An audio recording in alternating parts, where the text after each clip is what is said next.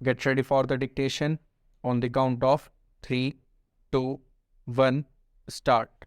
महोदय, मैं यहाँ यह भी कहना चाहूँगा कि स्थिरता का अर्थ गलती से जड़ता नहीं समझ लिया जाना चाहिए।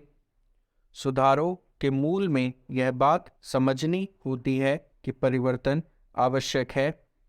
भारत में स्वतंत्रता प्राप्ति के बाद से हम जिन आर्थिक नीतियों पर चले, उनसे हम विकास के एक ऐसे सोपान पर पहुंच गए कि जिससे 2001 तक हमारा काम अच्छी तरह चलता रहा। इससे पहले भी परिवर्तन की आवश्यकता अनुभव की गई थी और 80 के दशक के अंत में परिवर्तन शुरू भी किए गए थे।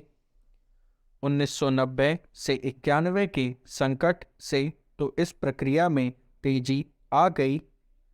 अपनी पिछली नीति से हमें जो सफलताएं मिली थीं, ये सुधार उसी पर आधारित थे।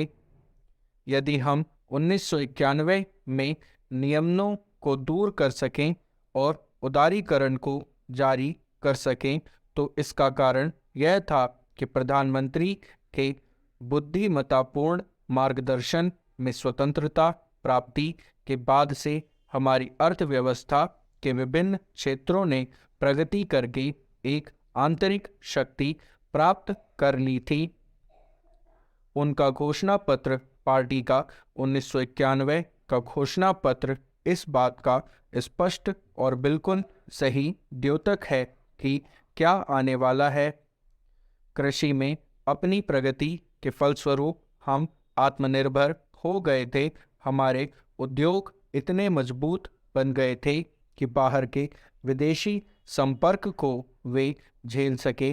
प्रतियोगिता के क्षेत्र में भी और सहयोग के क्षेत्र में भी हमारी नीति में एक निरंतरता बनी रही है, जिसके परिणाम स्वरूप हमें अपने सुधारों के लिए आधार मिला है।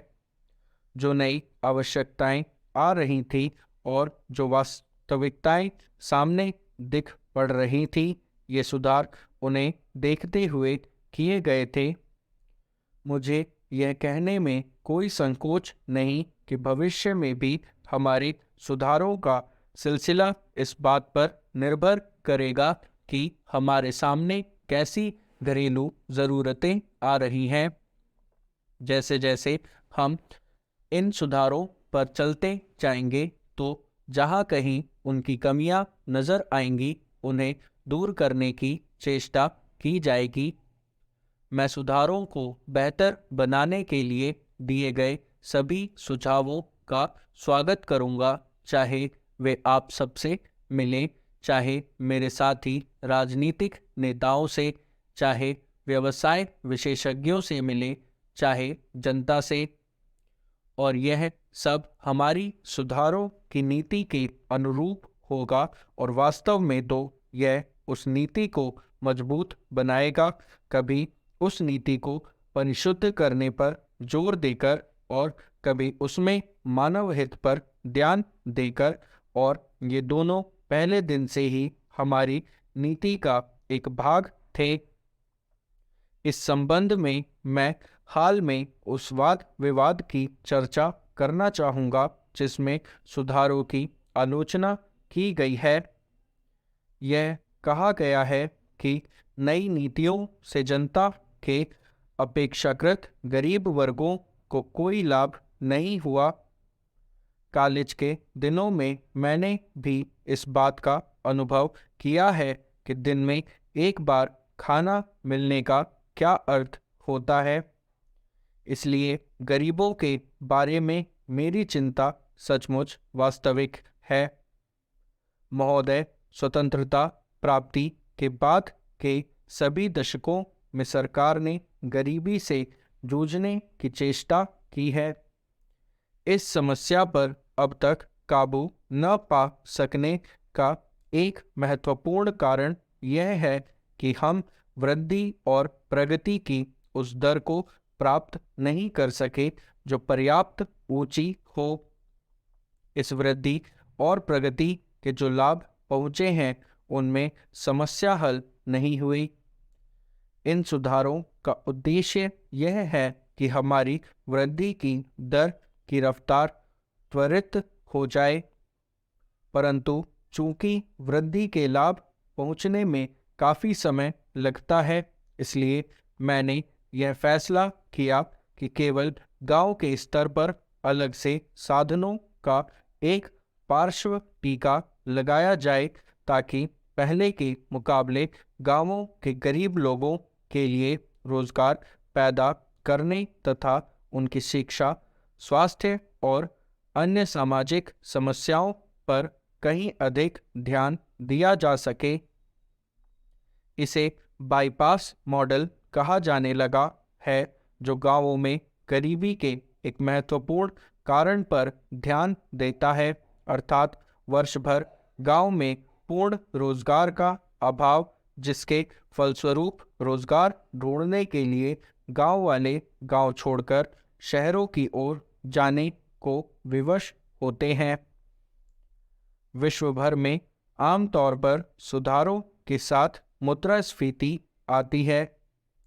उसकी कठिनाइयों को पूरी तरह मिटाने की बात तो नहीं हो सकती, परंतु उन्हें कम करने के लिए मैंने नए सिरे से मजबूत बनाई गई सार्वजनिक वितरण प्रणाली को लागू किया है, जिसके अंतर्गत गरीब लोगों को अनाज विशेष रियायती दरों पर दिया जाएगा।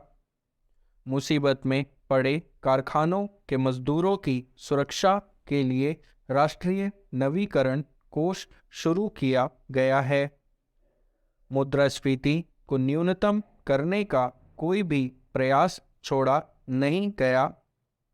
मैं यह चर्चा आपको इस बात की जानकारी देने के लिए नहीं कर रहा कि हमने क्या किया है, बल्कि इस बात पर जोर देने के लिए कर रहा हूँ कि हमने आंख मूंद कर ये सुधार नहीं किए, बल्कि इस बात पर अच्छी तरह विचार करने के बाद किए हैं कि क्या कठिनाइयाँ सामने आ सकती हैं, और इस दिशा में समझते बूझते हुए प्रयास किए हैं कि उन कठिनाइयों को किस तरह कम किया जा सकता है, ताकि इन सुधारों का लाभ समाज के सभी वर्गों तक पहुंच सके।